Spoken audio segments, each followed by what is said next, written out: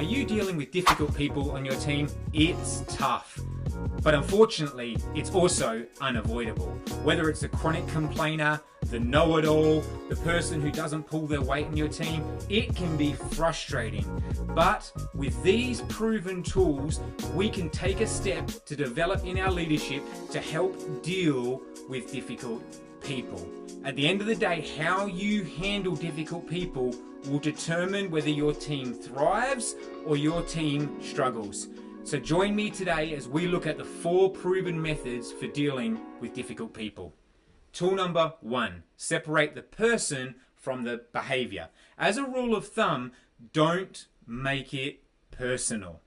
Can I encourage you, if you're a leader that wants to deal with people, and there are going to be some of them in your team that are a bit more difficult than others, then take the time to identify and articulate the specific behaviors and traits that you feel are impacting your team.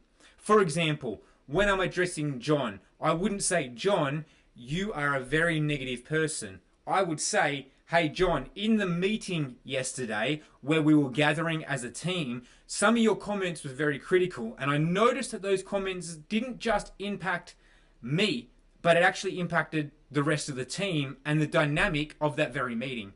Do you think that we could take the time to address that or change that so that those meetings could be more effective?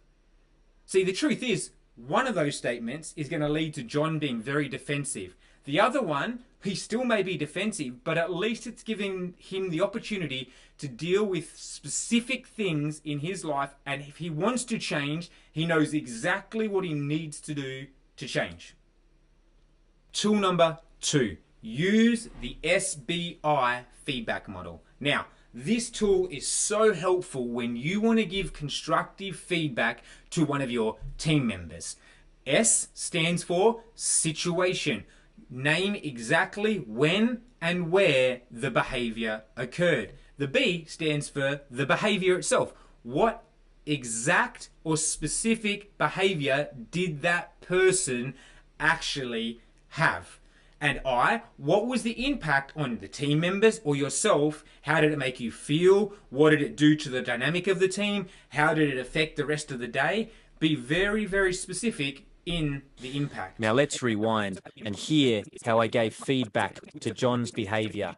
I would say, hey John, in the meeting yesterday where we were gathering as a team, some of your comments were very critical, and I noticed that those comments didn't just impact me, but it actually impacted the rest of the team and the dynamic of that very meeting. So when you're approaching someone, use the SBI to be able to help them to be able to move forward. Tool number 3, practice active listening. Now, this is a game changer as a leader. Business Harvard Review highlighted that even the most tense situations can often be de-escalated simply by practicing active listening. Now, I don't know about you, but as a leader, I've been in plenty of tense situations, and this tool has stopped it blowing up and going far further than it ever should. Active listening is taking the time to not only allow someone to talk, but to let them know that you are actively listening. For example, you would do things like repeat what they've just said, or validate their feelings, or maybe it is asking further clarifying questions. John says he had a bad day. John, I'm so sorry you had a bad day. Can you tell me why?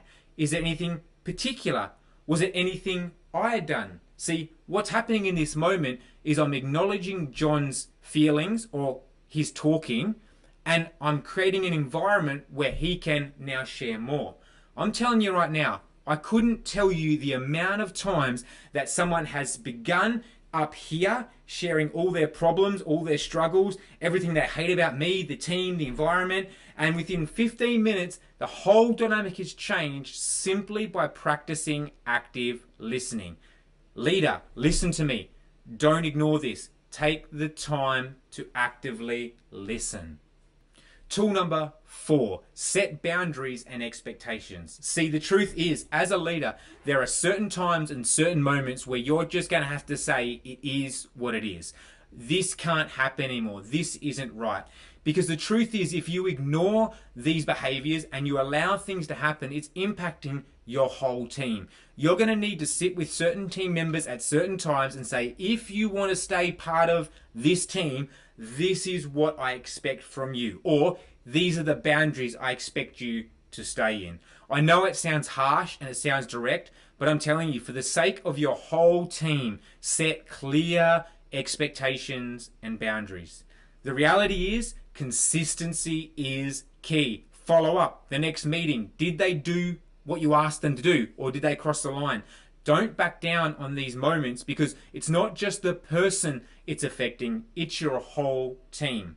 So make sure you have a clear boundary or a clear expectation for a team member who you want to see change. Leadership is about creating the environment for even the most difficult person to be able to thrive. By focusing on behavior, giving clear feedback, actively listening, and setting clear boundaries, you can take what would be an obstacle and turn it into an actual growth moment for a team member. Now, what's the leadership challenge you've been through, or a difficult person you've had? Share with me in the comments below. And if you want to keep growing in your leadership, like and subscribe. I can't wait to see you next time.